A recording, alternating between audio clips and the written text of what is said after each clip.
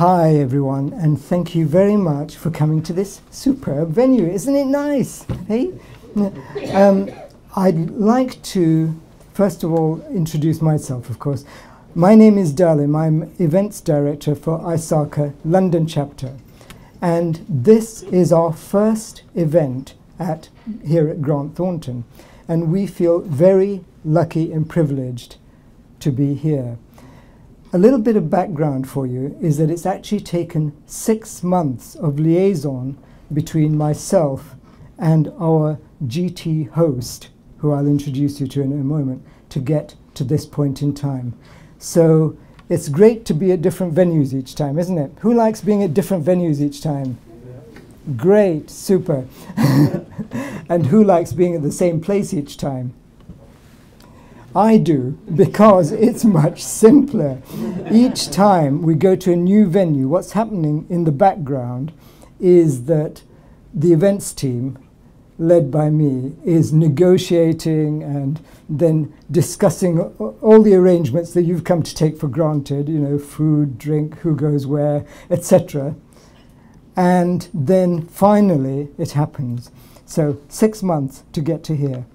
And who do we have to thank for this? Well, I'm going to introduce you to our Grant Thornton host. James, would you just like to come and join us? This is James. James Durrant is a senior manager here at Grant Thornton. You'll see more of him in a minute after I give you the introduction. But firstly, let's join in thanking James for plugging away for 6 months, going through all the loops, hurdles, tunnels, lots of things. Well, lots of things that he had to, and getting us to this point in time. Yeah. Okay. So, for me, the title, it's not if but when, has a certain extra meaning. Okay, let me tell you about what we've got lined up for you today. After this introduction, where I will introduce at least one of my other directors and give you some news about ISACA London Chapter, we will have me handing over to James for what's labelled 1845 main event here. And James will introduce and guide us through the main part of the evening with Ian, Kev and Vijay, who are here waiting for us. Then James will hand back to me and I will remind you of what's coming up and, you know, do the usual sort of things, say thanks to various people and so on. There's something, however, that I don't know, and that is what happens if we hear bells. I think I hear bells. What happens if we hear bells? The fire exits are just over there and over there, so you'll be following the horde out down the stairs, out the back. Down the stairs, don't try and use the lifts, and go out. And don't worry, it might feel like it's 8 floors, but it'll fly by in a flash. Not too literally, hopefully. Okay, so that's it. And no fire practices are scheduled for today. That's great. Good. 1 or 2 more people will come and join us, but just to let you know, this room is deceptive in terms of its size because we've got almost 100 people here. So if you have a seat next to you, be prepared to welcome somebody else to come and sit there. Okay, well, that's almost my bit, but I want to hand you over to one of my ISACA board colleagues because it is nominations time. Who would like to nominate somebody, something? Hey, hold on. Let me introduce you to my colleague Neka, who is the lead for the nominations committee. Neka, what's it all about? What's it all about? Thank you, Darling. As Darling has just said, my name is Neka, Dr. Neka Abolokwe, and I'm the chair of the board nominations committee for ISACA London Chapter. I work very closely with the board of directors. The main remit for the nominations committee is to ensure that we have a functioning board. We have a board that is representative of the population here in ISACA London Chapter, and that also that we do reach out to the members, ensuring that the members understand what it is ISACA is all about. You're well informed and you can well participate in activities regarding ISACA. So I will proceed. Okay. Oops. Okay. Okay. So as you know, the board is at the heart of ISACA London chapter. Okay, and is pretty much responsible for the smooth running, the corporate governance, the operational governance, and all the events you see today, happening today and also in the future, past and future. How do you become involved? The board nominations process started, or the call to action was sent out at the middle of January this year, so about a month ago. And the nominations process closes on the 28th of February, so the end of February. So far, we have some registrations of interest, but I would urge each and every one of you, why I'm standing here today, is to urge each and every one of you to please become an active participant. The board nomination is open for, we have several roles available, but these are not limited to the roles we have available. Please feel free, if you feel that there are roles that you have the skills, the expertise, or indeed you wish to become an apprentice, that you register your interest with each and every one of the board members. The board nomination committee members, all publicized on the website. Please feel free to go and look at for the memberships and the members, and feel free to approach each and every one of us to help if you're interested in registering and your interest for a role that has not yet been advertised. There are currently 5 roles available, spanning directors and apprentices. But I would urge everyone to please take a look. An email was sent out on the, I think it was the 18th of January, and subsequent communications have gone out to all members. Towards the end of this week or the start of next week, we will be sending out the final reminder. So please look out for these, and please feel free to register your interest and in the recruitment process. As I said, the timetable so far, invitation to all members was issued in January this year. The nominations close at the end of February, and then we'll be going through the shortlisting process and interviews in March come April this year. And the board okay, that's fine. Okay, and then the board members will be the board approval, and the board members will be sworn in at the AGM in May this year. If you have any questions, this is just a short run through. If you have any questions, please feel free to approach any of the board members. Are there any of the board members here? Okay, so just raise your hand. Okay, we have Ken, the president. We have Paul. Yes, okay. Yes, we have a few board members, and also the nominations committee members as well. Yes, Ken. And also Carl over there, okay, and Paul, yes, working very closely with myself and also myself. So please, at the end of the evening, feel free. I'll be around during the networking part of the evening. So please, if you have any questions or you wish to register your interest, then please feel free to do so. I look forward to talking to you, and so do all of us. Thank you. Super. So this part is about telling you what we've got coming up for you. And I'll recap on this later. So this is a very brief introduction. We have got a really busy time for you. We are going to disrupt your schedule by giving you lots of things to go for. If you know me, you'll realize that is going to lead to a pun, because the next BCS North London branch event, our partner organizations event, is called Disrupt IT, and is next Wednesday. That should be good. Do register and come. I think there are still a few places left. And there are 2 CPEs for ISACA members. The registration is there. The registration for BCS North London branch events is always nlondon for North London.bcs.org. So www.nlondon.bcs.org. And guess what? Rushing on its heels, another BCS North London branch event, one of 2, which is called Womenspiration, and features 5 or 6 inspirational speakers who happen to be women, and it's directed primarily at women, but everybody's welcome. And there are some good inspirational messages there from people from Deloitte, IBM, and other places. 12th of March will be our next ISACA London chapter meeting. which will be back at PwC, and that is entitled Data, Analytics, Tools and More. Don't worry, you don't have to bring your own tools. There is not that kind of tool. There will be things relating to how to analyze big data, the sort of things you can use, and the sort of ways that big data can be used. What does that mean? Bit enigmatic, tell you more about it later. And then finally, in March, there is another event, the second Womenspiration event. So that's it for now, for this session. Now I'm going to hand over to James, and I'll tell you, give you a brief recap of some of these things later, and also tell you about the workshops. So James, over to you for other news and opportunities. Hey, how about the opportunity to have a great event this evening? Thank you, Darlin. As Darlin mentioned, my name is James Durrant. I'm a senior manager in the technology risks team here at Grant Thornton.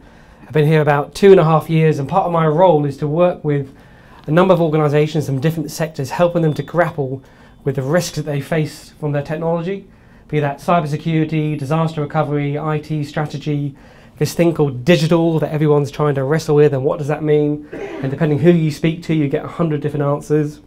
But one thing that kind of struck us as we were beginning to plan this event for this evening is this kind of rise of cyber and this looming thing called GDPR. Like, if you were to go back 10 years ago, the events of cybersecurity, all seems to be things belonging to Hollywood. You had things about Swordfish, you remember that film? Back in the day, you had The Net with Sandra Bullock, and all these sort of things seemed kind of fictional things that would probably never happen, just belonging to cinematic films, and wasn't going to happen to anyone, and if it did, you were incredibly unlucky.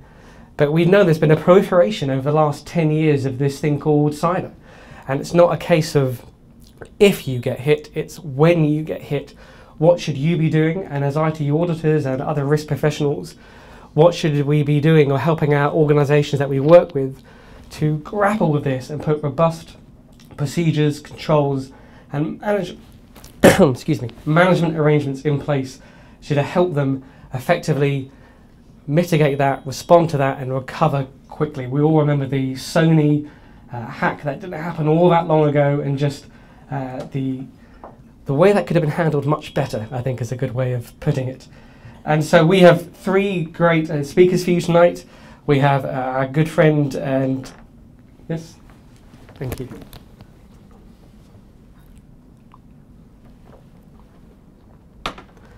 A good friend of mine called Kev Breer, who's coming. Kev will tell you a bit more about himself when he gets up here. But he's one of our cyber resilience experts, and we're talking through what should organisations be doing when they suffer a cyber event, and how do they effectively respond to that. We also have one of our partners come to join us called VJ, that will begin to talk to you about actually if you need to do a forensic investigation, how does that work, what do you need to be doing, and how do you handle that efficiently. But we couldn't really hold an event like this in February 2018 without handling or beginning to look at GDPR. What was once several, it felt like years away for some organisations, is now looming. It's just around the corner. And so I have a great privilege to introduce you to Ian Bourne. Ian Bourne is our head of privacy, who's had 20 years experience, I think, at the ICO, and I'll let him regale you with some more of his background and chat to you for a bit. And at the end of his session, there'll be a period of questions. You get to ask him. I know Ian's got to disappear on a train shortly after he speaks, so if you don't get a chance to ask a question to him then, you can come and approach me afterwards. I'll be more than happy to put you in contact. Until then, Ian. Thank you very much, everyone. And thank you very much, ISACA, for letting me speak to you today. Yeah, I worked for the ICO for a long time. I thought you were going to say the CIA then, but I didn't. No, I really didn't. Not that exciting, I'm afraid.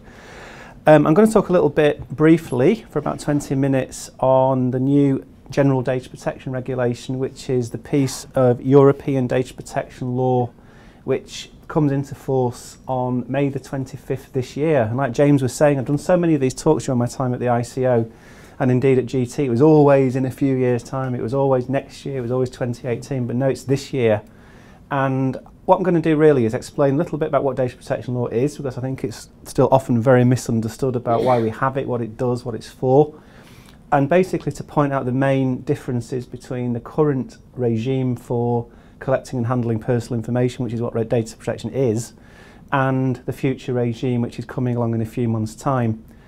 I'll just say a little bit about me. I worked, as James has said, at the ICO, which is the Information Commissioner's Office, which is the UK regulator for data protection and freedom of information law, for a very long time. I was a real veteran. In fact, when I started working there, it was the Data Protection Registrar, who some of you may well remember. I was really a data protection policy type person, specialising in writing guidance, had a lot of the ICO's main guidance on things like privacy notices, which is how you tell people what you're going to do with their personal information when you collect it, data sharing, information about employees and how employers can collect and use that, and also some quite technical stuff on anonymisation, privacy by design, and all sorts of the bits, the main elements really that form data protection law and which are given kind of more prominence in the new General Data Protection Regulation. I spent a lot of the last 4 years sitting in Brussels at a table behind UK government officials, giving them bits of paper saying, no, don't do that way, don't say that, that's terrible, why don't you do it this way instead? And the UK has some successes, and I think the GDPR is complicated. There's some bits that don't work terribly well, but it could have been a lot worse. So I think that process was actually reasonably successful in terms of knocking out some of the more difficult bits. But generally I did all sorts of work at the ICO, co-working with organisations, doing mentoring with organisations, the kind of things I continue to do at GT. And I hope help the ICO develop a risk-based, reasonable and realistic approach, which is very much the ICO's agenda.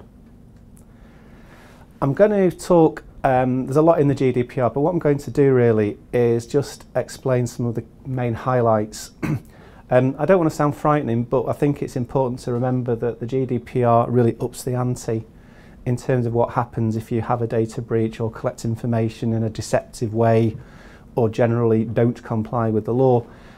Currently the ICO can issue fines of up to £500,000. Elizabeth Denham, the Commissioner, has never actually done that. She's issued 450, which is getting close.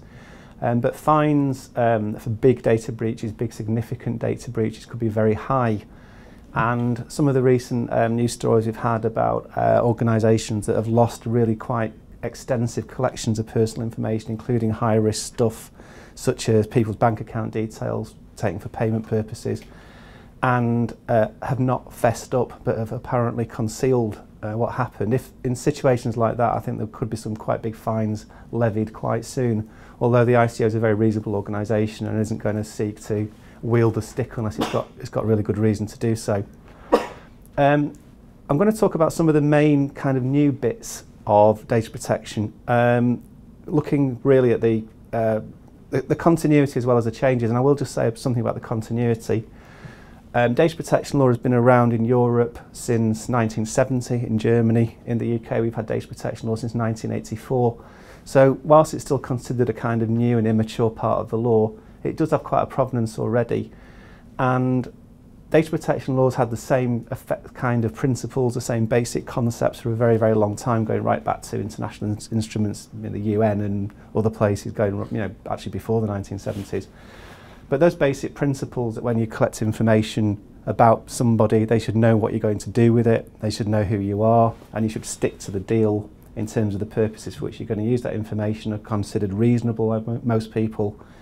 They've stood the test of time, and few people would deny or object to being transparent when you collect people's information. There are obviously exemptions in policing and so forth, but in normal corporate life, I think we would all agree that when you collect information about people, there should be a deal between you and the individual, and you should stick to that. It should be transparent and it should be fair, and that's what data protection is all about. You should also keep it secure.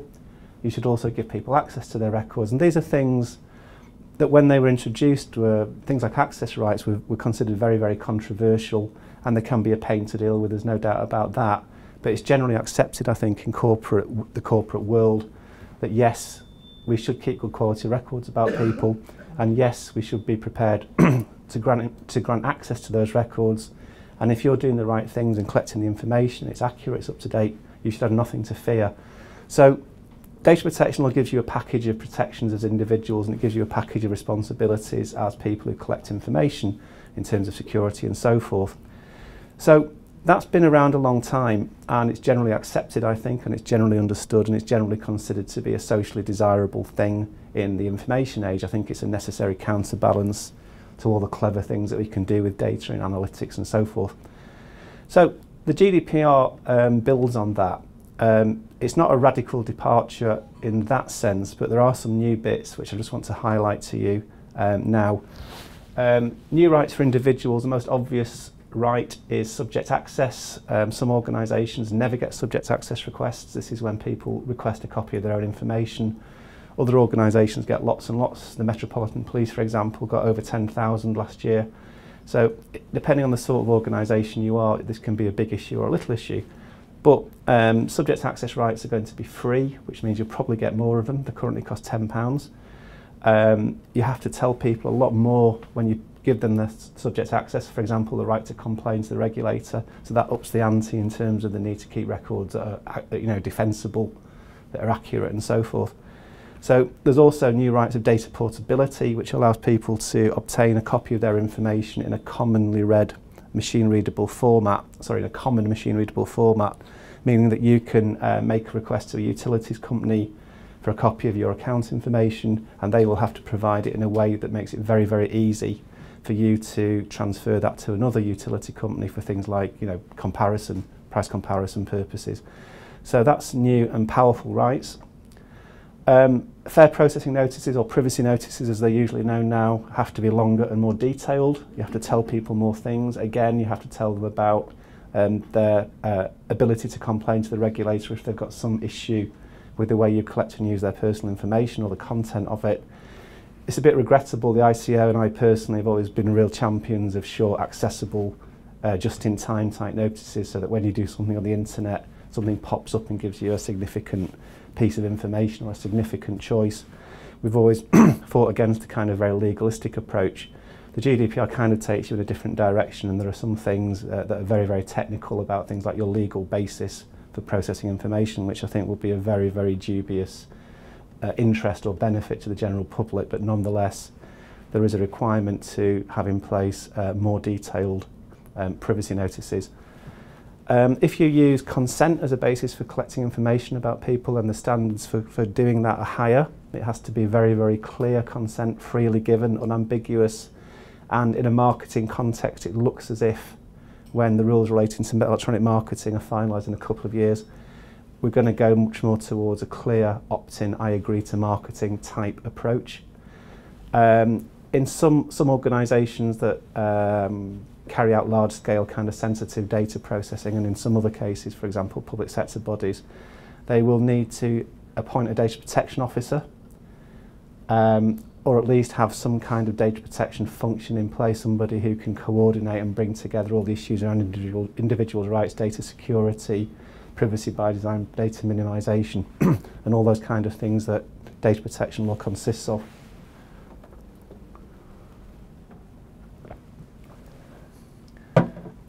Arguably, the law's wider in scope than the current law. Back in the day when data protection law came in, we had paper records about people, we had records, medical records, we had files with people's names on, we then had electronic files with people's names on, we had files catalogued under people's national insurance numbers and other kinds of identifiers. But what happened over the years is that all sorts of other kinds of identifiers, IP addresses of devices, your mobile phone's IP address, which are used to kind of track and target content towards you. Things like cookie log information came within scope. Over the years, the data protection authorities and indeed the courts had arguments with technology companies over what the scope of personal information was. They would argue, no, we're only tracking a device, not the person who's using the device. We said that was rubbish. Eventually we won, and the GDPR recognises that and makes it quite clear that things like online identifiers, even though you've not got somebody's name or identification number, are within scope. So that's important, and it's cleared up a source of legal dispute, which is very welcome. Excuse me. There are new rules to do with data processors. These are the organisations that process data on your behalf. So if you are a company and you outsource cloud storage, for example, you keep an HR database stored somewhere in the cloud, then the organisation that does the storage or the deduping or whatever it is you're asking them to do, they're called data processors in data protection speak. They've got much more liability under the new law than the old law, meaning that if you do your due diligence and employ a data processor, typically a contractor, to do something for you and they mess up, then the ICO can go for the data processor, not you, which is a very, very good improvement.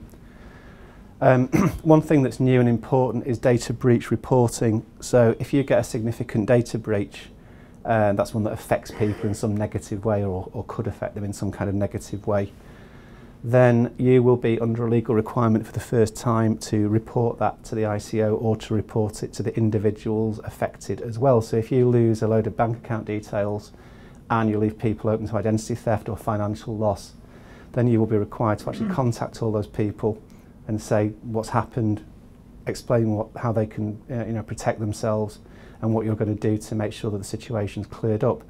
So we've already got breach reporting in some context for some telecoms companies. Some public sector bodies have a kind of quasi-legal duty to report, but for most private sector organisations, such as the people I think probably represented here, this is new. So getting the procedures in place to recognise a data breach and to work out whether you need to notify the regulator or not is going to be something which is new for you, and your organisation should be working on that. Another thing that's new, there's a whole area in the GDPR around privacy impact assessments, data minimisation, privacy by design. This is quite simple really, but the terminology can be off-putting. All it means really is that when you buy a new technology or develop a new service, you use the bare minimum personal information needed to provide that service. So if you don't have to use explicit identifiers like names and addresses to do analytics, you could use some sort of hashed values. That's all it's about really, and that was something that the ICO had banged on about for years and years and encouraged as good practice, but it's now become a statutory requirement. So that's one of the themes of the GDPR. A lot of good practice has become a statutory requirement. Very quickly, this is the kind of stuff that was around when the current Data Protection Directive was being brought into force. Old phones with little aerials, computers that weren't networked, very few people used the internet, very few companies used the internet commercially back then. And of all these companies, there's always one person who knows the answer to this question in the room. Of these companies, which ones existed or which one existed in 1995? Any takers? Which one? Well done. Yep, well done that man, you win the cigar. Yeah, all these companies that we use all the time now, all the social media companies. Microsoft as well? Yes, okay. All these companies, any other ones, you're going to name all of them, aren't you? But all these companies like social media companies, search engines, didn't really exist then in the way that we use them now. And one of the big kind of drivers for the GDPR was to kind of counter the activities of technology companies, to be frank, who were seen by some of the legislators as sucking up huge amounts of personal information, often US companies, without proper transparency, without proper protection for individuals. So that was one of the big kind of political drivers for the whole thing. So I've kind of, we've done that already really. Just remember that the fines are going up if you get it wrong, so try very hard to get it right. Stronger rights for people, more detailed privacy notices, a single law across the EU. That's the difference between a directive and a regulation. A regulation has direct effect across the EU, although there will still be national variations because there are things like national security, for example, which is not subject in the UK to European law, so we'll have our own kind of national arrangements around that, and domestic policing and various other things. Just a quick quote from Elizabeth Denham, which I think is interesting and exactly how she does things. My attitude, I've not got a nice Canadian accent I'm afraid, but I'll do my best. My attitude towards oversight and enforcement is you start from a place where you educate, you give advice, you do audits, and it's when things go very wrong and when a company doesn't have the right attitude towards redress that enforcement action and fines can come in. And I will stress that if you do have a breach, it's very much in your interest, A, to report it, and B, to be able to demonstrate that, you know, despite your best efforts and despite putting all the procedures in place, something went wrong. Elizabeth goes for the bad people, the people who deliberately flout the rules, The people who use dubious marketing lists that aren't checked against TPS are people who don't want phone calls or getting phone calls. It's those kinds of people she goes for, where there have been, failures to put breaches on to update patches on security systems and that kind of thing. Some time ago, the ICO did this very unattractively coloured document with 12 steps to take now, which is still on the ICO website, I think. Things like raising awareness, finding out what information you've got. GT, we do lots and lots of work with people, and hardly anyone can honestly say we know what personal information we've got. It's on all sorts of unofficial systems. They don't know what systems they've got, they don't know what folders they've got, they don't know what people in HR are keeping in their filing cabinets. So that's still there on the website, and it's just a very, very clear, simple, what you should be looking at now document. I'm not going to dwell on Brexit, but what I will say is that for the moment, until from May the 25th this year, when the GDPR comes in, until whenever the UK leaves the EU, we will have the GDPR, and both the government and the ICO have made it clear that they will enforce it. After that, there will probably be some form of a modified GDPR, because there are bits of the GDPR, for example, its consistency mechanism, which I won't dwell on now, but it's got a complicated consistency mechanism of European data protection authorities who essentially vote on decisions. Probably won't work for us in the UK. So there will be some sort of modified GDPR for a UK context, but based on the same kind of principles and concepts. But what happens after that is not entirely clear, but I guess in the medium-longer term, there will be a recognisable form of data protection law, but it may well have diverged somewhat from what's happening in continental Europe. But we'll have to see and watch what happens with the GDPR, how well it works in practice, of course. There's going to be a new data protection bill which will give effect to the directive, and in the longer term or medium-longer term, it might allow for some fixes. I'll give a simple example. In the GDPR, there's this complicated matrix between your legal basis for processing, which isn't a very UK-friendly concept in itself, and the strength of the rights you've got. So your rights for deletion of information, for example, are stronger if the personal information about you is being processed on the basis of your consent. Now that's all fine, but it's kind of very legalistic, it's almost academic, it's difficult to apply in practice. So there would be a possibility in the medium-longer term, I guess, for some of these things to be simplified and to get data protection law that works better in a UK context, and that may well be something to watch in the coming period. In terms of what you should be doing, gap analysis, find out what you need to do to comply. If you're not complying with the current law, you might be in trouble. You have a lot to do. If you've got a good compliance system under current data protection law, you will probably be okay. There's a lot there about raising awareness, drafting the policies and procedures, and the GDPR is very strong in you being able to demonstrate that you're complying with the law. Having all the paperwork in place is very important.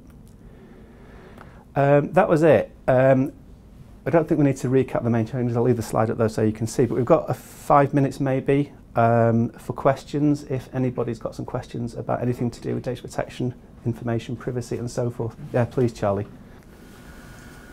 So regarding the privacy by design, but also the legal, but if I remember correctly, there are articles in GDPR that say, businesses should be able to provide services with the least amount of personal data. Yeah. And it seems like that there's a business case. It seems like that there's a business case in there. So I'm going to use the most extreme example of a Google or a Facebook who's collecting information, and then at some point it says, well, you're giving us such little personal information that we cannot reasonably provide this service to you. Mm-hmm. Who makes that call? Because, I mean, for a Google, for example, they're making their money off of the fact that they're retaining as much personal information as possible in order to allow advertisers to profile you through their ads, So where is that line of reasonableness? Yeah. Where does that lie in any perspective? Well, it comes down to things that are in the law, like necessity. And if you are providing a service to somebody, not necessarily on a Google type service, but any kind of service, a bank account, there are things that you need to have in place, things that I need to know about you in order to provide you with a bank account. And provided that you can justify that data collection, then you're okay. But what I do think is that certainly in terms of internet companies and technology companies, I think there is a real tension there between a desire to get much more rich profiles of people and a law which says no, stop that, and the law will ultimately prevail. But it's for organisations like Google and the other technology companies to be able to justify what they're doing and be smart. They've got smart people who can provide services without using a whole lot of explicit identifiers. They can find alternatives, they can do the analytics without knowing what your name is. So there's a whole agenda there, but what I do think is the technology around data acquisition and data analysis has become so incredibly powerful and sophisticated. I think we're catching up on the privacy side, but I think there's a real market opportunity for people who can do privacy by design, who understand the principles and who can turn that into products. I think there's a gap there, but it's being filled, and there's a lot of work going on in this kind of area in anonymisation, privacy by design. And I think it's kind of catching up and balancing out the data acquisition side of this. Okay, well, thanks everyone. I will leave at this point, but I hope that was of interest, and I hope you feel a bit better informed about what's going to happen in a few months. And thanks everyone.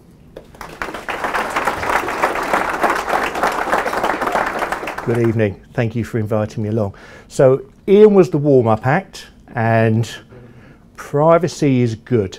But what I would like you to remember is that all of the other problems that relate to cyber and information security haven't gone away, and they still matter just as much. So my partner in crime, if you pardon the pun, VJ, is here, and we're going to split this into two parts. So I'm going to talk about the preparation and the getting ready for things going wrong, and what to do when that things initially go wrong. And then VJ is going to come and tell you how his guys and girls ferret out the ne'er-do-wells, find the villains, lock them up, and get your business back on its feet. So hopefully in the next hour we should be able to give you some sort of insights to the world. What we're very keen to talk about is the risk landscape. People talk about privacy quite rightly at the moment, but we will talk about the risk landscape. We will talk about some of the threats that are out there, some of the things that are going on. And that's important because when you think about that threat landscape, you need to think about your risk assessment and make sure that what you're doing in terms of preparation fits in with your understanding of the world. So, without further ado, I'll crack on. Just to give you a bit of background, I've been with GT for 3 years. I come from industry. I'm not a consultant, although I suppose after 3 years, that's a bit of a hollow claim now. And so my background is I've worked for a couple of big banks, worked for a professional services firm. Before I did that, I was a police officer, and I did about half my time in serious and organised crime, following people around, and to be quite honest, if they didn't see me following them around, they were stupid and deserved to go to prison, because I was still 6'2" then, but a bit slimmer. And then the last 5 years I did counter-terrorism, and so sort of have some understanding of intelligence-led policing. And actually, when you're thinking about cyber threats and cyber risk, as we figured in the physical world, intelligence-led solutions is the correct way to dealing with it, and sort of dealing with it for cyber. Right, okay, let's crack on.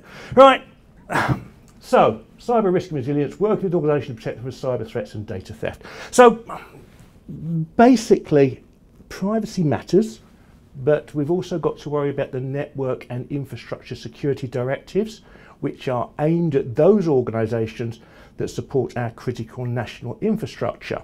So we're talking about electricity providers, we're talking about water providers, we're talking about energy providers. Those guys and girls have also got to think about actually how they manage to keep their services going on.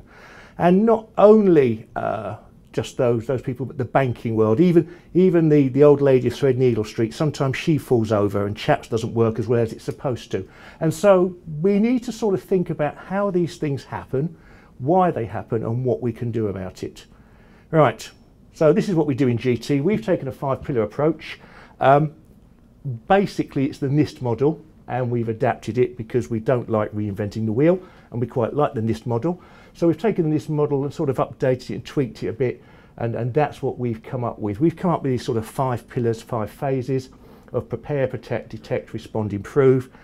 Actually, where you sort of pit the pieces in it doesn't really matter, as long as you actually put the pieces in a phase somewhere.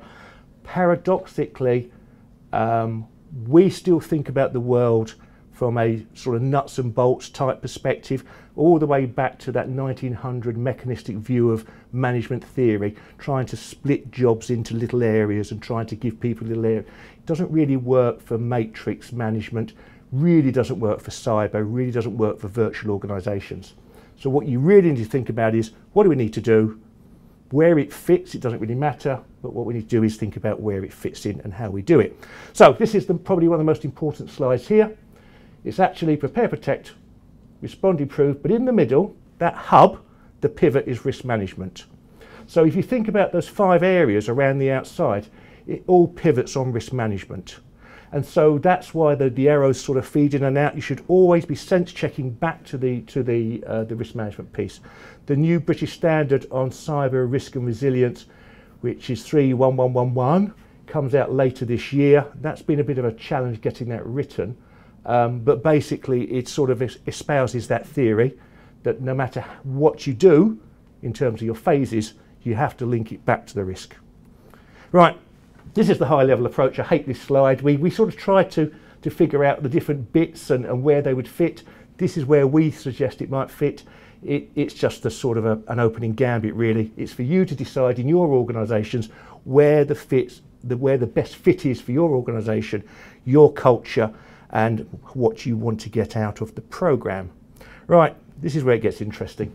Okay, breach response. So this is the biggest cyber insurance provider in the UK. These were their successful claims for 2016.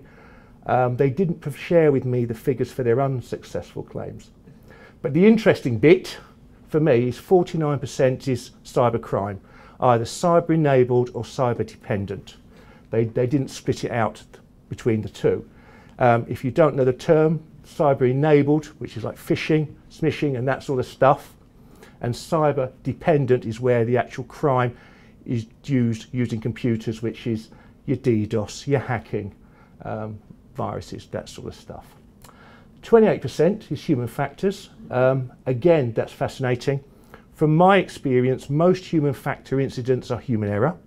They are the ones that will be the largest in volume, but the ones that can potentially do the most damage are malicious ones. And so we've had some interesting ones where directors of, I mean, my favourite one so far is a guy said to me the other day, oh, I need your help. And I said, well, what's wrong? He said, well, we sacked the director and what he's done is he's stolen our domain name. And I was sort of going, oh. Now, that's a first for me. And we went through the logistics of actually who owns a domain name. But actually that was interesting. I also have contacts with the City Police, which is my old home. And they've been working on a case recently where another director stole a load of intellectual property when he left the firm. And the firm thought that he'd done it and they couldn't pin him down. The City Police did the forensics on the computer and they found that he had actually extracted a load of intellectual property, but he'd also done some other stuff as well, so they got him under the Computer Misuse Act. So that's an interesting one. I come from a professional services firm as a background. I owned the data leakage protection program. So it was 10 years ago, so it was quite a long time ago in terms of technology. But on one hand, I had the big data solution that was phishing through the traffic for me. And on the other hand, I had an intelligence-led red flag solution. The red flag solution actually found us more interesting cases and found us greatest numbers of offences than the automated solution, mainly because the automated solution produced so much data that the analysts were usually about 10 days behind the curve in real time. But also there was a load of false positives and a load of what I would term as white noise, whereas with the red flag piece, we found some really fascinating stuff. And we got to the point where if someone was going to steal their data before they left the firm, like their client list or something like that, we could just about predict the time frame when they would do it. And it was usually about 3 days before their departure date, because at that 3-day point, if they'd forgotten anything, they'd left themselves a couple of days wriggle room to then actually move it out. But the really clever ones, we never got them at all because they did it before they ever resigned, so they were never red flagged. But that's another story. Okay, the last bit is system processing error failure. Now this bit is is really interesting. That 23% is a quarter of the story. Hardware fails, people push out bad code, systems crash, but we still aren't really thinking about that. The amount of times that I go along, talk to organisations about their ITDR arrangements and their business continuity arrangements, and I find actually that those pieces are just not there, or if they are there, they were looked at 5-6 years ago and no one's really updated them since the business has changed. And when we talk about these sorts of challenges and we talk about these sort of issues, there are some fundamental things that we can do to try and address the situation. And I'll talk about that a bit more in the future. Right, so this is where I go into my favourite bit. So pre-planning is pivotal. So actually, when you look at your organisation, how many people, and everybody spoke about mapping your data, how many people actually understand the dependencies of the systems, actually understand which system feeds what workflow? And you'll find that a number of organisations haven't got their heads around that piece. And if you haven't got your head around that piece, how can you then talk through what a breach or a ransomware attack will mean to you in a meaningful way? Because if you don't understand the importance of your systems, you then can't think about the impact of when your systems are damaged. And so these things are not rocket science in really, they are just sort of fundamental good practice things. One of the things that we advocate is good practice. We saw some of the ransomware things last year. We saw NotPetya. How many organisations have actually sat down at board level and said, okay, we've seen that sort of stuff happen in industry. What would that mean to our organisation if we had that sort of situation? And I have a close friend who's a chief exec in a information technology firm, and they got hit by NotPetya. And when it hit them, their servers were adequately protected.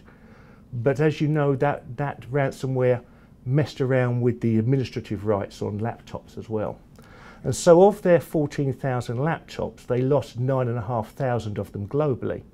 And so they were reduced to running the company on WhatsApp for about 2 weeks while they cleared out the virus on the machines and got the business back up on its feet, which was pretty scary. But I had a chat with him afterwards and I sort of said, okay, how did that happen? I said, because I've known you for ages. I know you've got business continuity. I know you've got ITDR. I know you've done all the crisis. How did you get into such a pickle? And basically, he said to me, yeah, we did all of that. He said, when it comes to business continuity, we've done snowstorms. We've done fires in the kitchen. We've done chickens running around the place with flu. At no point did we ever think about what would happen if we lost all of our technology infrastructure. I said, but your firm is a technology firm. He said, yeah, with the benefit of hindsight, that might have been an omission. So, but humour aside, I can see how they got into that pickle. And then the other bit that was fascinating was they did not have any structure for the security plan feeding into the business continuity plan, and then those two plans feeding into the crisis management plan. So they had a bit of a bun fight in the firm as to who was actually in charge of the problem and where the command and control lines lay, and actually who was in charge of fixing it. And so actually when you're thinking about this planning and this preparation piece, when you're thinking about talking through the issues, you actually need to think about how these very what are usually disparate and siloed pieces actually fit together in a coherent jigsaw. Okay. Oh yeah, and when it all goes wrong, Ian's mates at the regulators, someone has to decide who's going to talk to them, and usually a good idea if you give them a bit of a briefing before they do that. Also applies to the media. When Dido did her piece after the TalkTalk breach, she was doing her best to steady the situation. And there's research from Oxford University that says for those organisations that are publicly listed, after they've had a big breach, the share price drops. When someone comes out and makes a public announcement about the situation, that normally stabilises the share price. For those organisations that don't do that, the share price continues to drop, and then the share price will recover as public confidence is regained. Unfortunately for the TalkTalk, that's the outlier to that theory. because the piece that was made to the public, the presentation that was given to the public, wasn't well informed, and the chief exec had not been well served by her team, I would suggest. Obviously, I don't know the full details, but it didn't come across as an accomplished briefing. Right. Okay. So the other bit that you need to worry about, number 6. In academia, there's this thing called hindsight bias, which is quite important. What seems like a really good idea at the time, when the full facts are known of the situation, with hindsight, what happened looks like a bit of a dumb idea, which kind of makes sense, but it can be 5 or 6 years before someone lays a civil claim against your organisation if they feel that what you have done has disadvantaged them or damaged them. And so if they then lay a claim against you in a civil court and you have to defend that, and if you've not made notes of your actions and not made notes of your decision process, when you're trying to recall why you made those decisions 5 or 6 years later, that can be a challenge.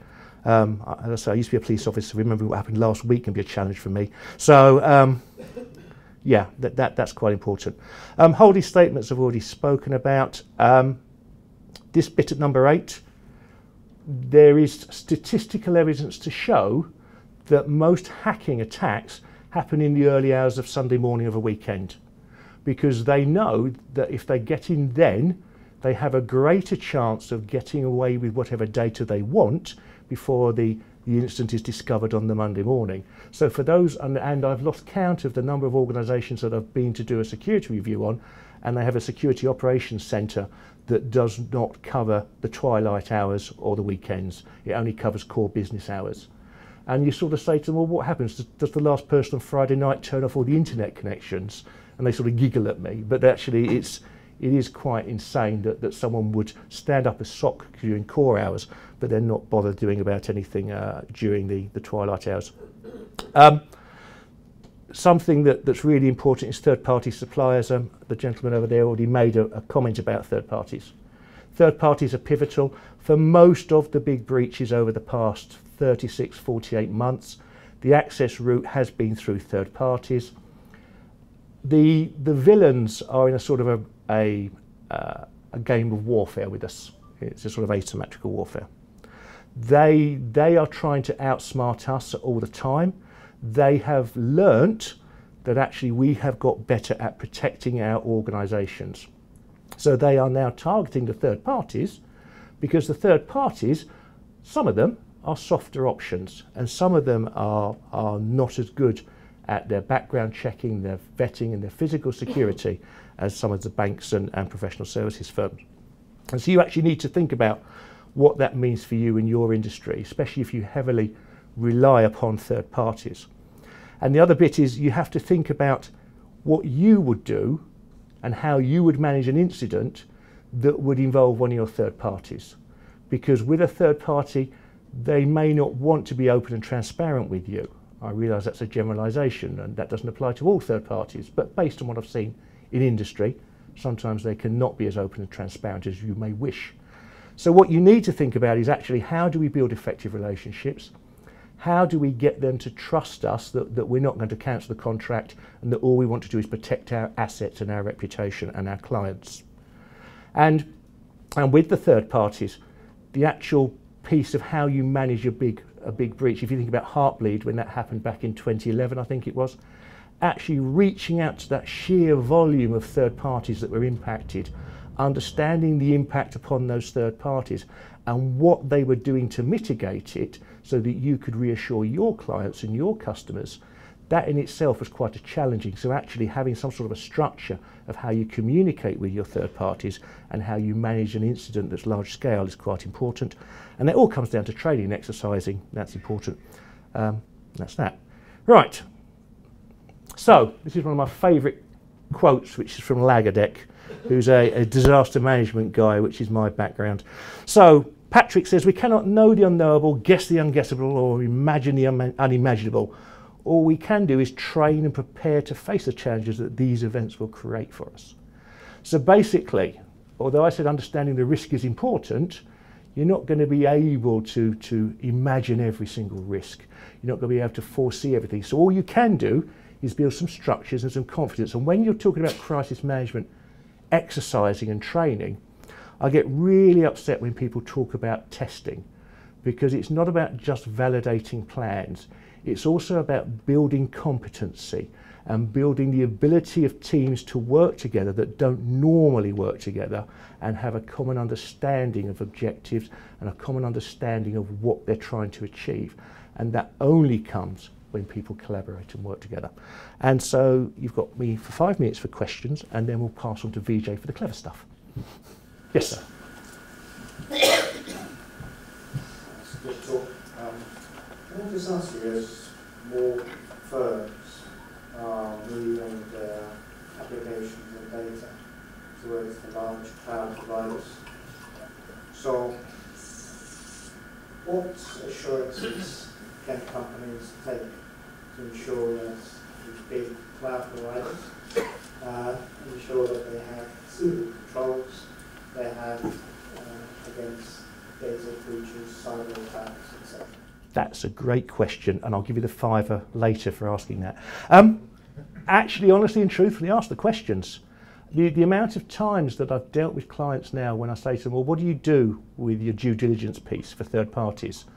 And they sort of say, well, we read the brochure they send us, and we read the contract, and then we sign it. I go, okay, that's great. What do you do beyond that? And there's quite a disconnect for those organisations that are working in the financial sector and in the North American financial sector.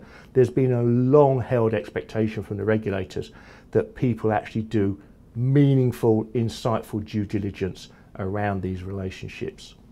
So actually, what those guys and girls are doing in the financial sector, when you sort of look at the sort of questions they're asking, look at the sort of information they're interested in, then actually there's a lot to be said about understanding that sort of approach and methodology. Again, it's difficult because I can't name too much, but I have dealt with an organisation that had absolutely a fortune under management, and they had outsourced their IT provision to a third party, and I asked them what due diligence they'd done around this third party, and it transpired they had done none.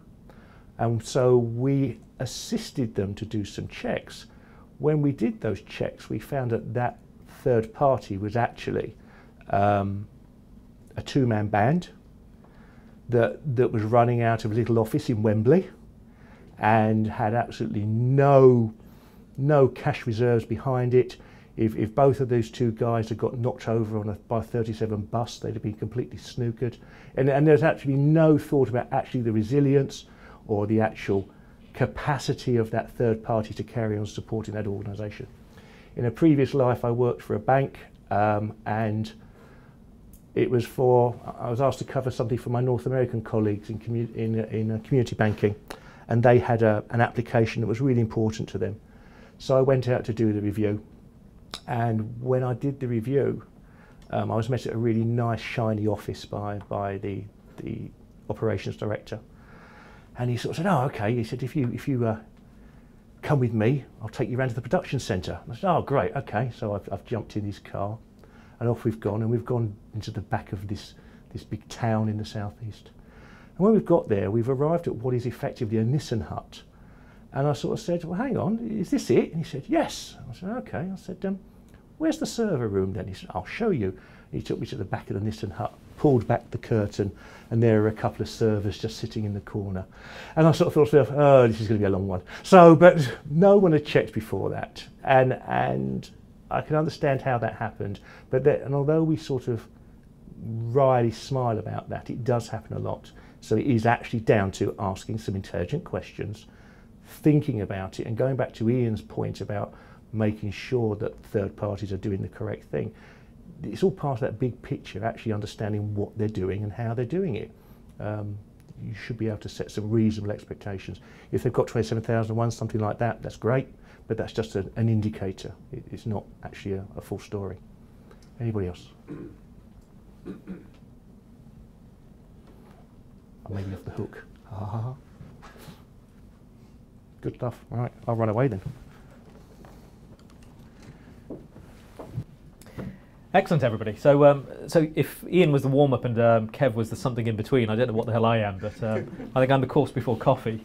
So I'm going to be talking about, well, we've been building up a picture of effectively what the context from a legislative position is about data breaches and data governance and cyber hygiene.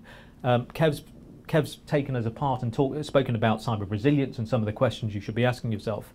And hopefully, if my agenda is not too much of a smorgasbord, I'm going to be trying to speak about some of the questions we ask ourselves when we're doing a data breach investigation. So I'm Vijay Rator, and I'm a partner. I've been a partner here for not long enough, but only about 18 months. But my first career was as a lawyer. So I've been a barrister, then I've been a solicitor, then I went to the FCA and I became a financial regulator. And in my spare time, I was a hacker and a bit of a nerd and a ne'er-do-well. And it was somewhat incompatible with my career as a lawyer. So I was trying to find a way to be both what I do in my spare time and what I do in my day life somehow clashing in the middle. And so this is what that career looks like. I'm now a cyber consultant, I think. So I do things when it comes to investigating data breaches. And so I lead what we call the digital forensics group. And I've got bunches of much clever people than me sitting around within the building, and we interface with Kev's team. And we'll come back to the NIST infrastructure, but you know, it is very much a cyclical process, and I'll come back to that concept fairly regularly. This is my agenda. I never stick to it, and I'm also bad at timekeeping, so please somebody throw something at me. But we've spoken about Dido Harding several times over, and we shouldn't really, because Carphone Warehouse was a client of ours. Sorry, Talk. But I think we've started with the concept of, you know, it's not if but when, and surprisingly I don't think we've mentioned the statistic that, you know, 9 out of 10 businesses already had some form of data breach and the other one just hasn't figured it out. All of that type of stuff. But Dido Harding, I've got a video of Dido, and this is more about, it's not necessarily important about what she's saying, but what I find instructive on this is the way she says whatever it is she's trying to say. And I'm so sorry for the frustration and the worry that this is causing our customers. I know that it seems odd that it took us so long. It seems so long. Trust me, for those of us that have been up for most of that period, it doesn't feel so long. We didn't know when we first saw that our website was running slow Wednesday morning, Wednesday lunchtime. We didn't know what was happening other than we were experiencing some form of cyber attack.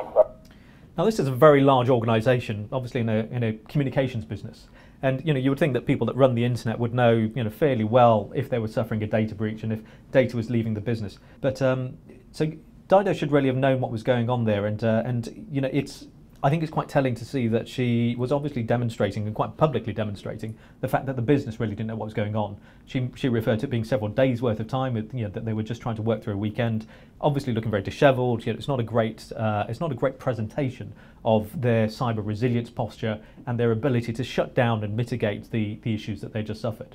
Now, frankly, I don't know if my confidence would have been boosted by seeing that interview. And we've done quite a lot of technical analysis, and Kev was referring to some studies about the impact on evaluation of a business immediately post data breach. So our valuation team does statistics around that, and after this one, it tanks. There is a lot of statistics that go in the other direction, which talk about your ability to demonstrate that you've rapidly, proactively responded to an incident, investigated it, mitigated it, shut it down, sent out communication plans saying that you take your data very seriously and you're investigating. You've obviously appointed Grant Thornton or some other equivalent expert to support. All of that stuff really helps and supports our confidence in those that own our data. But did Dido do the job right? Obviously, I don't think it particularly requires a rocket scientist to figure out that wasn't the best presentation of that company's posture. And so the question here is, do you value your data? Because the criminals certainly do. And the context there is that increasingly we've been speaking about a data environment, a data world. I think every one of us are creating millions of data points every single day. So my watch is constantly ringing when my wife walks through the front door, and it's telling me that, you know, the cameras have just come on because I know that the door sensors are alerting. For the bad guys, that's quite valuable, because if you can hack into my data, you know when my wife has left the building, and VJ's at work because I can track his motions, and so I know when the best time to rob his house is. But data is the lifeblood of so many businesses, and it is sensitive and it is valuable. But my premise is it safe and also private? And you know, these can be mutually exclusive. Yeah, it can be the context that those that we trust with our data, this is mentioning no names in particular, but Uber has been famously accused of not potentially being great with our data. Many organisations, and in fact almost every organisation, has had its own snafus when it comes through data handling. And so, if we value our data as consumers and creators of data about us, then we certainly have an expectation that those who are privileged enough to hold our data should be doing something sensible about it. And so the last line, unfortunately, is about Kev, actually. This is about, you don't necessarily need to be the fastest person in the jungle if you're being chased by a tiger, but it's helpful for me to be just a little bit faster than Kev. You don't want to be you don't need to be absolutely perfect when it comes to your cyber resilience, but you certainly can't afford to be the worst. And that's the premise that we're talking about, run with a slow friend, which is why Kev and I get on so well, as far as he's concerned anyway. This is spilt milk. It's already too late. I think we're sharing the slide, so I see a gentleman over here whose pen was running out, but don't try and take notes of everything. We're going to share all of the information. But lots of information here talking about the context of data breaches. I get bored of these facts and I don't even look at them anymore, but the average cost of a data breach is £2.4 million. The average cost per record for an organisation that loses records is in the UK £126. So if you are on Equifax and you lose 30 million records, this starts to be real money. And this is just the remediation cost. You're talking about brand impact, remediation cost, investigation costs. This is not necessarily factoring in fines. And for those of us who are cyber insurers, you can't insure against the fines. So all of those monumental fines that we've been speaking about, and I'll continue to refer to, aren't necessarily covered in these types of figures. And the one number which I get quite entertained about is this one that was flashing red. The average amount of time it takes a business to figure out it's suffered a data breach is 7 months. And the reason this particularly gets me switched on is that we've got 98 days, I think, until GDPR time, and 98 days is obviously significantly more than 191 days. So while we were all enjoying Thanksgiving or something, you were suffering a data breach, which will become your problem post-GDPR, because it will still be within that 7-month time window. So you've already suffered a post-GDPR data breach, and you'll find out about it and give us a call 1st of June and say, Vijay, what the hell do we do now? So who are the cyber attackers? I mean, what is their motivation? What's their psyche? This is not necessarily something I'm going to break down into great detail, but we've seen, and there is that Hollywood concept of the spotty teenager sitting in their room. Again, I've been a hacker, and I'm sure I'm spotty at the time when I was, but the context of those that are after your data is certainly not that. You've got here effectively a spectrum of concerns which go on the far right from nation-state attacks, so potentially North Korea going after Sony because they created a film that they didn't like, and it's unlikely that all of you are going to be attacked by some kind of nation-state. But you've got opportunists at the far left-hand side. You've got those that are creating a nuisance. And then you've got in the middle those that are interested in financial data or potentially ransoming your data back to you. And you've got all of the spectrum and psychologies and methodologies and characteristics that are fueling those. But the thing that concerns me slightly is that quote at the bottom by Europol, who are obviously very much engaged on making sure this doesn't happen to us. And yet they say the real threat comes from the sort of exponential and remorseless increase in the scale and significance of cyber criminal capability. Now, exponential, remorseless increase. If Europol is frightened about this stuff, then my perspective is I think we can all afford to be so equally scared as well. But I don't like to. We're not trying to scaremonger here. There are definitely ways that you can reduce your risk. And Kev has spoken very much about a word which I find quite uncomfortable: prophylactic services. So services which can try to reduce your risk and prevent you from becoming the problem in the first place, or creating a problem. But there are constantly evolving standards, and Kev referred to some which are clearly post-dating these. These are a couple of months old, and there's a new one every week or something. But the job of your IT teams and the businesses you work with is to constantly stay on top of the evolving IT standards, whatever they may be. But the regulatory standards and civil litigation, criminal litigation, personal liabilities are also evolving as well. And so we've seen the Morrison's data breach, which happened a couple of years ago, and that's now turned into a legal case precedent that says that if a rogue employee, so if Kev decides to go downstairs and beat somebody up outside of Grant Thornton may well be vicariously liable for his anomalous behaviour. And likewise, if a rogue employee decide to steal your data and then put it on the internet, Morrison's becomes vicariously liable for the data breach that he caused. And so these types of things are constantly evolving, and they're going to cause us concern. And so that's effectively the sharp end of the stick. These are the problems and some of the fallout as a result of a data breach. Again, evolving regulatory landscapes, the FCA is becoming increasingly concerned about these types of things, and we're going to have questions and legislation like the senior managers regime, which is increasingly going to make this your problem as an individual, if not already at a corporate level. And then, of course, we've got GDPR, which I'm sure some of you have heard about.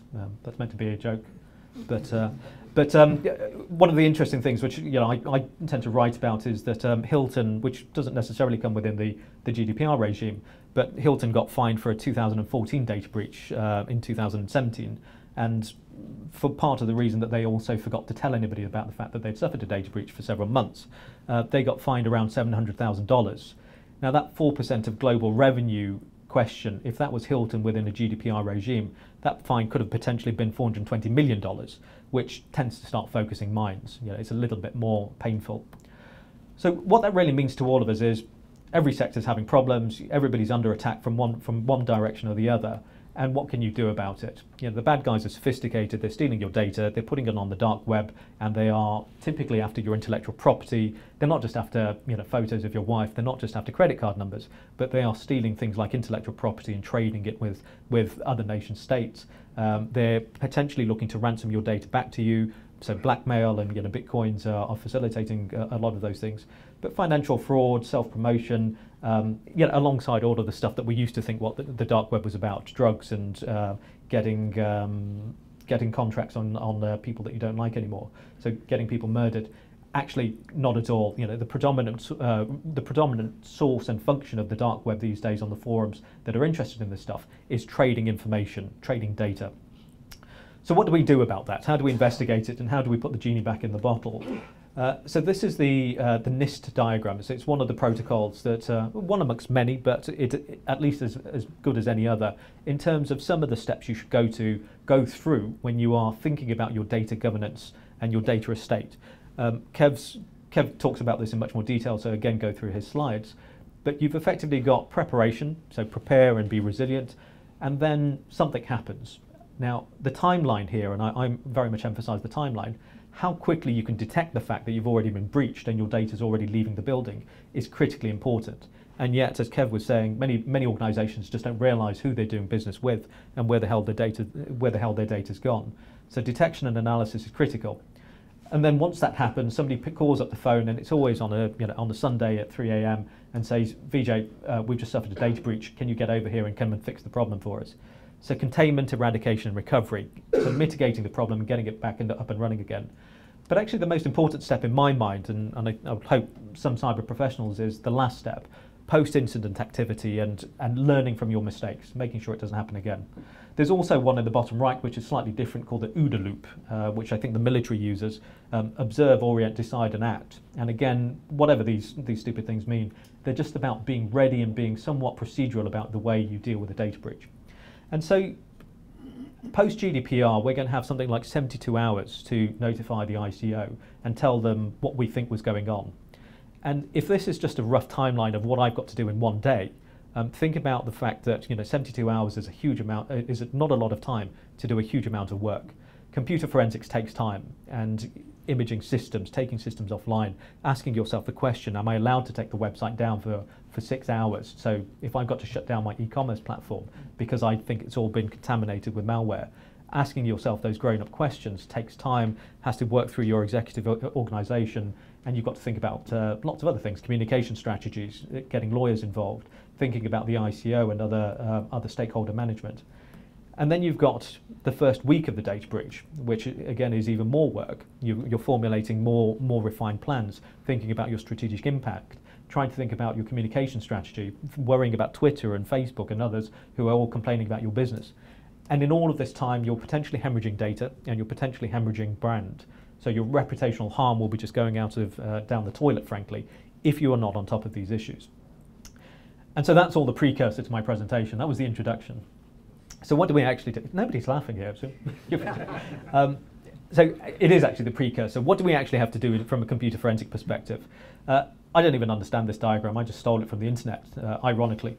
But this is called the kill chain, and the kill chain is just a posh expression for the things that malware typically does.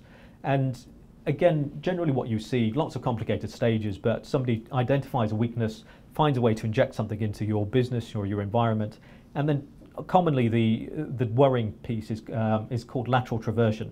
So starting in your email infrastructure, but spending your time to wile your way across the organization, absorb passwords for your Swift banking infrastructure, get into the Swift banking infrastructure and pay yourself millions and millions of pounds, send that over to China, layer it, launder it, and then the money's gone, and then wipe the computers.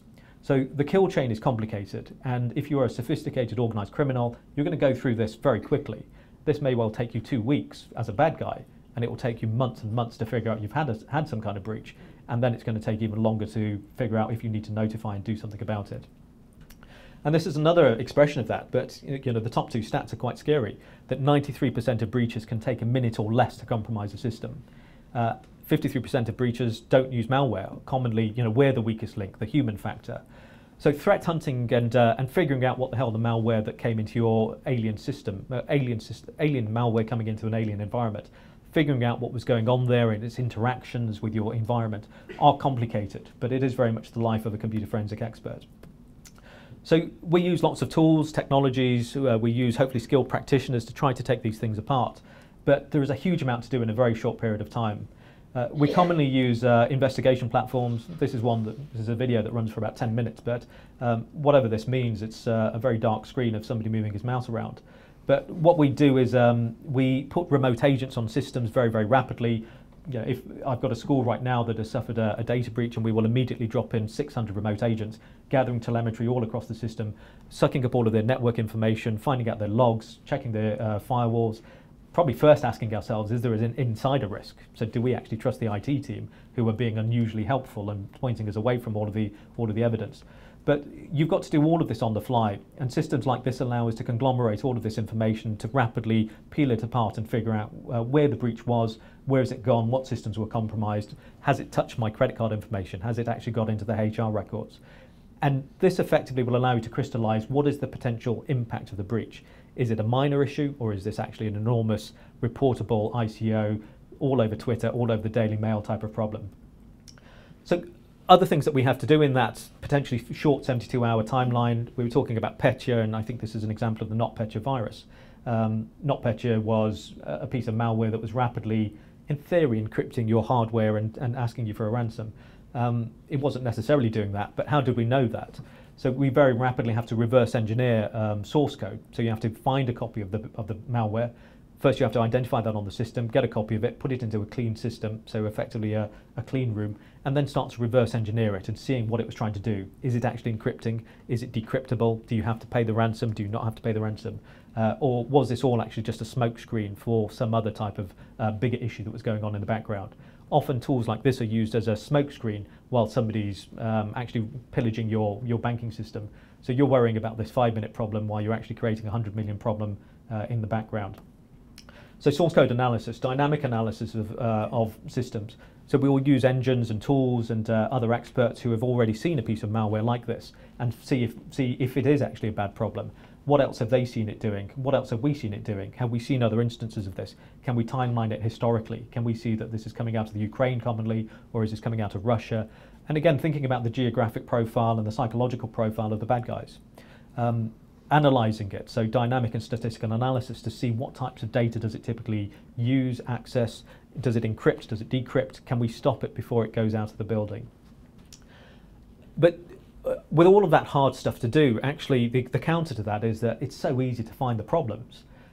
This is a website called Shodan. I don't know if anybody uses Shodan, and you know, I use it as a landing page. You can go onto Shodan, this is public information, you can type in a geographic location, so you can type in Finsbury Square, and it will show you every type of data compromise within your geographic location. Or I can get your IP address, type it in and see, oh, did you know that port number 237 is open? If you're a bad guy, you can immediately find potential intrusion mechanisms. You don't even have to be particularly targeted. So figuring this stuff out is actually quite easy, but how do you counter that? Lots of computer forensics to do, but as Kev was talking about, also there are ways to try to quantify your risk and to figuring out if you really do have a deeper problem before it becomes a major issue. So again, we do things like sentiment analysis and threat detection, threat monitoring platforms are used to do things like assess the clear web, the Twitter, social media, and also the dark web chatter to see if people are getting more excited about professional consultancy firms, or is it banks that are the flavour of the week today, or is it you're going to go after CIS countries instead of the Middle East. And by assessing all of these risks and consolidating these, you can go out to your clients preemptively and saying, hey, look, we've seen problems in the medical industry this week. You may well want to do some penetration testing, some vulnerability scanning, and try to figure out if you're likely to be the next threat or the next victim.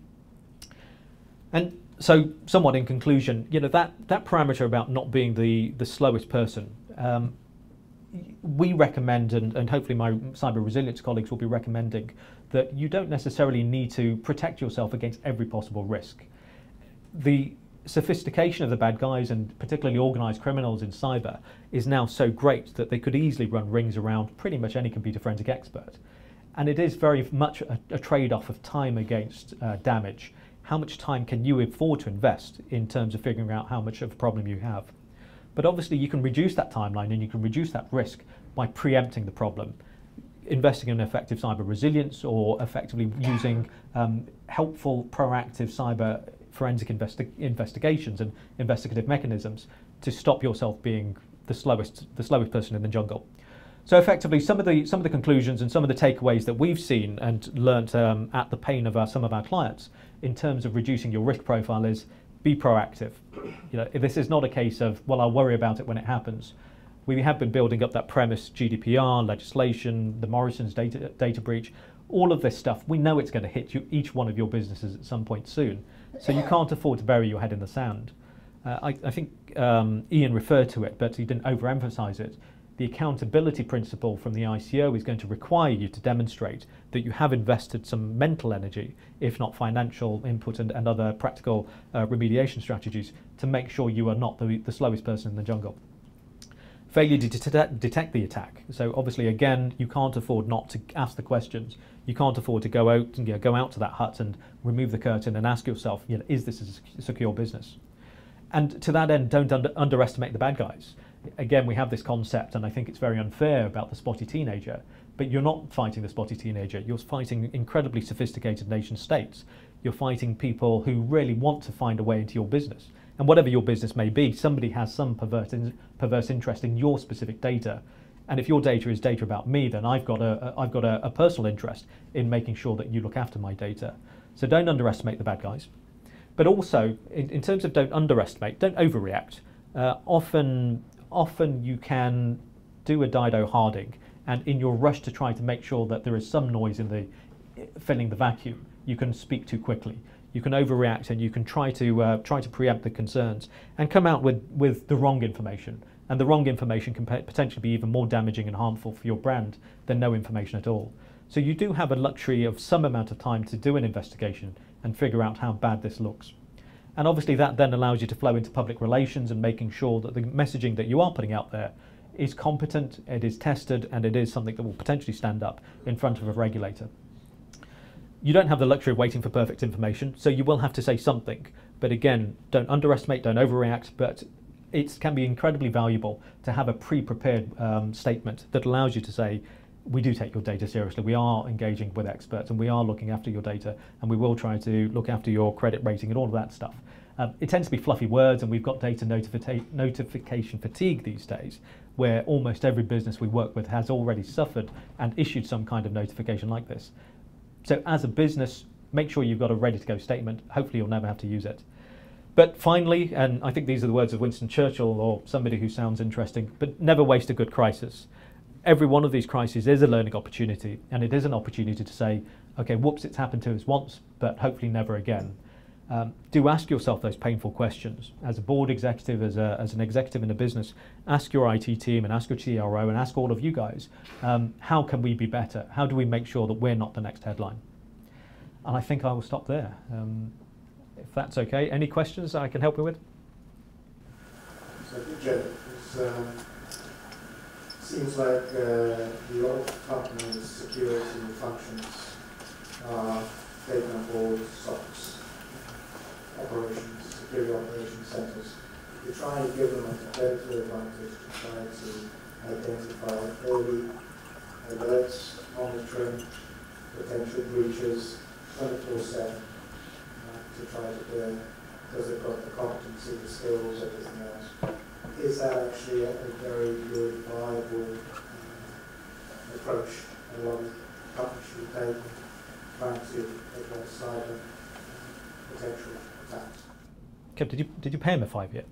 Yeah, slip him a tenner as well then. I hope so, because we have a SOC and we run a SOC for businesses. So the Security Operations Centre is designed to do continuous monitoring. Now, if you've got your own people and if you've got your own infrastructure, you should be doing it yourself, don't pay us. But the goal is obviously to have a continuous 24/7 oversight and insight into the health of your business. But the types of things that are going to be a concern is that somebody's created the meltdown or the Spectre, somebody's identified the Spectre vulnerability. And let's say that's effectively a 0 day, even though it's 2 decades old, but let's say it's a 0 day. If your system suddenly starts behaving in an unusual fashion, so you suddenly start seeing data flowing out of your SQL databases at 3 o'clock in the morning when you know everybody's locked up and already gone home. If you don't have somebody monitoring your environment 24/7, how will you be able to mitigate that? Will you spot it? By the time you spotted it on Monday morning at 9 a.m, you can be guaranteed that the bad guys have already gone and somebody's already trading or ransoming your data. So the Security Operations Centre certainly provides visibility. There is no perfect security, or effectively I think you can spend a near, something that will veer towards an exponential amount of money to be perfectly secure. But again, anything that narrows the window of risk, the amount of time it takes, or the time window the bad guys have in your business, can only be for the better. Does that answer your question? Thank you.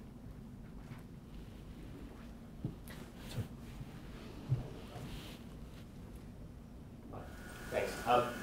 In your view, how do you see the cyber threat landscape changing with the emerging or disruptive technologies like AI, machine learning, and robotics, and how do you see the cyber response procedures changing to meet them?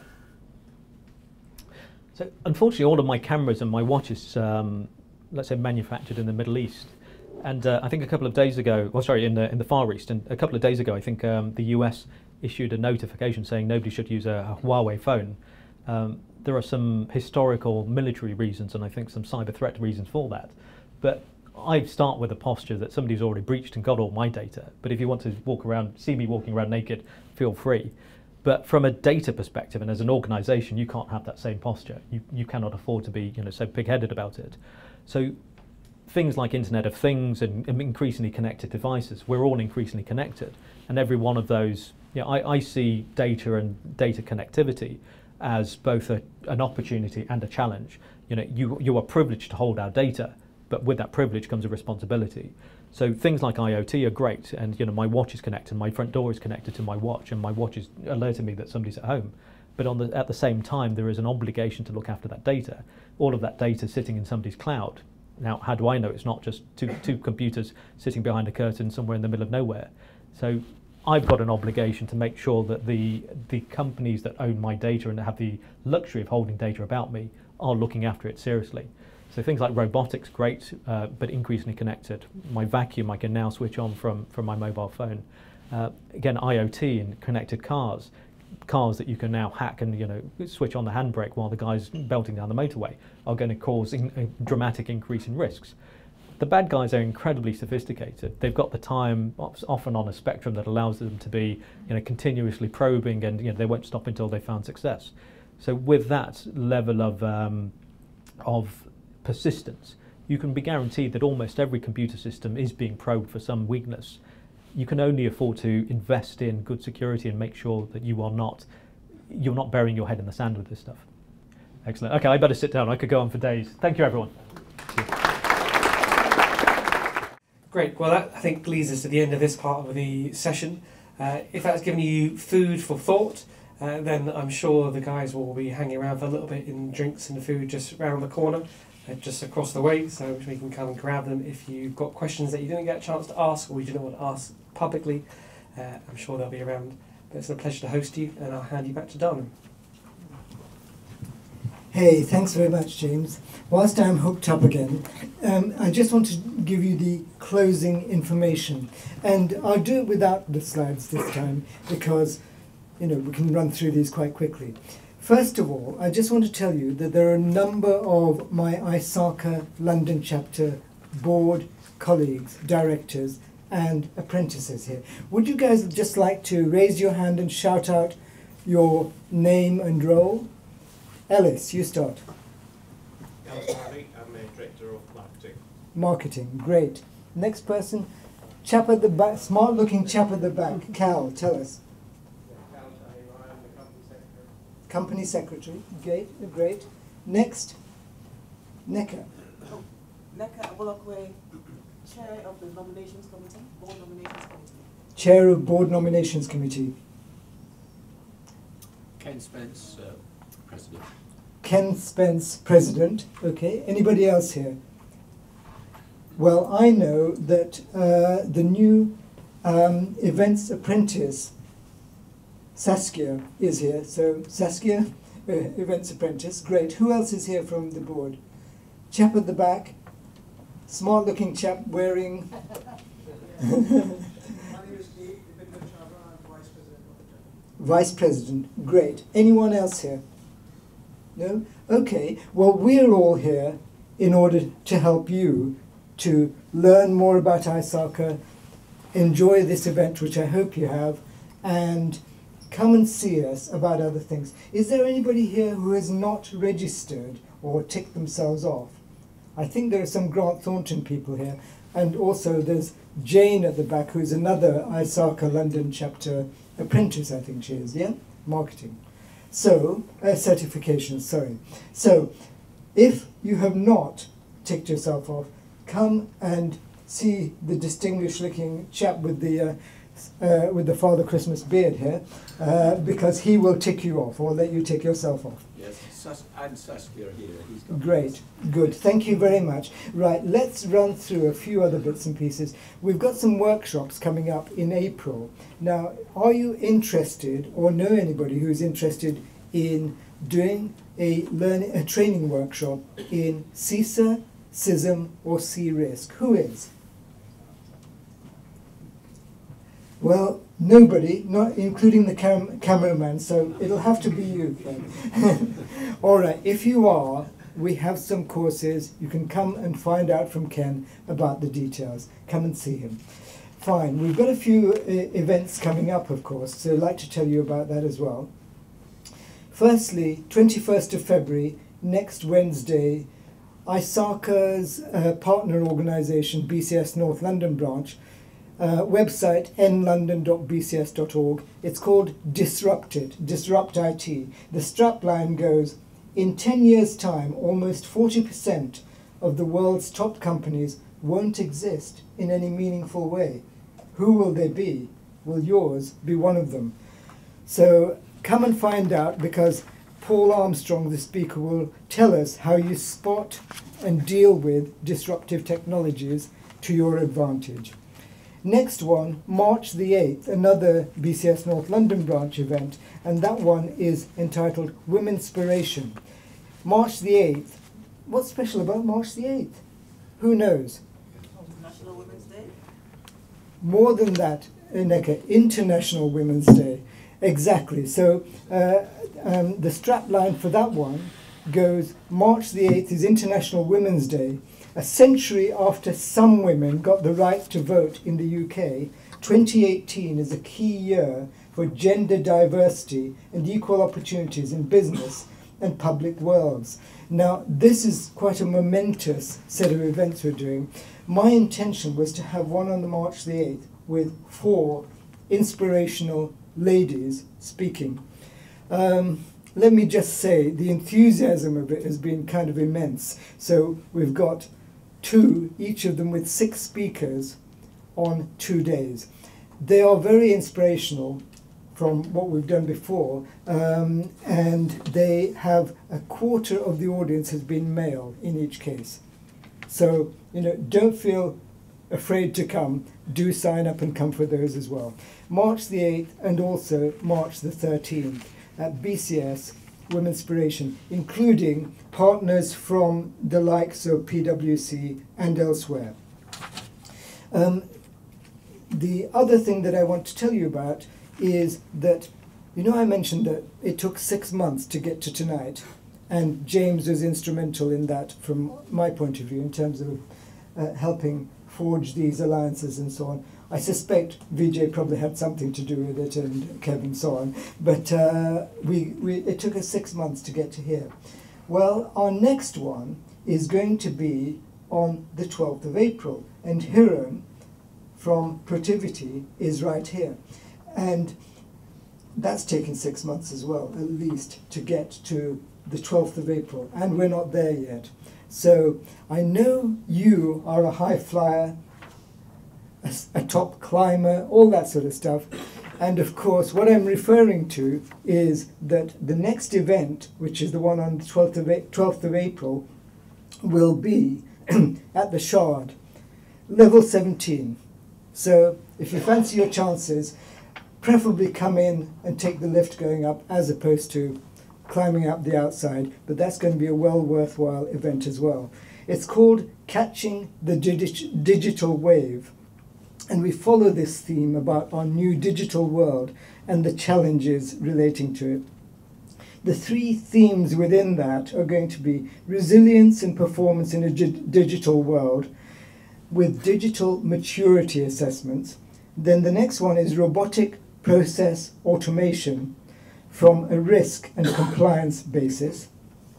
The third one is automation in a real world, RPA, in managing digital identity. So if you'd like to come, please do. If you'd like to bring your AI clone, probably welcome to. And that is going to be April 12th at Protivity. I've just done the deal in terms of our May event, which will also be our AGM. And nobody knows this as yet. It's going to be on May the 22nd, which is Tuesday.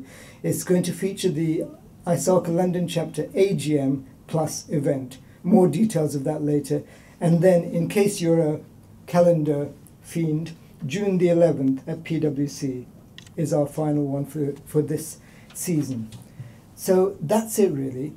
What else do we do? Well, ISACA does a whole load of other things as well, so you can benefit from those as well. For example, ISACA has published an implementation guide that provides a hands-on view of how enterprises should approach GDPR compliance. Good old ISACA International, keeping up with the times. So that will have been published just in time for GDPR. Then also, blockchain technology. There is a compendium of blockchain knowledge available from ISACA International, and also things on digital transformation. So loads of good things, loads of goodies to do with what you can get in terms of your benefits from ISACA. But coming back to something much more immediate, I'd like to tell you that there's something more for you, of course. But firstly, let's just give another round of applause to James, to Ian, to Kev, and to Vijay.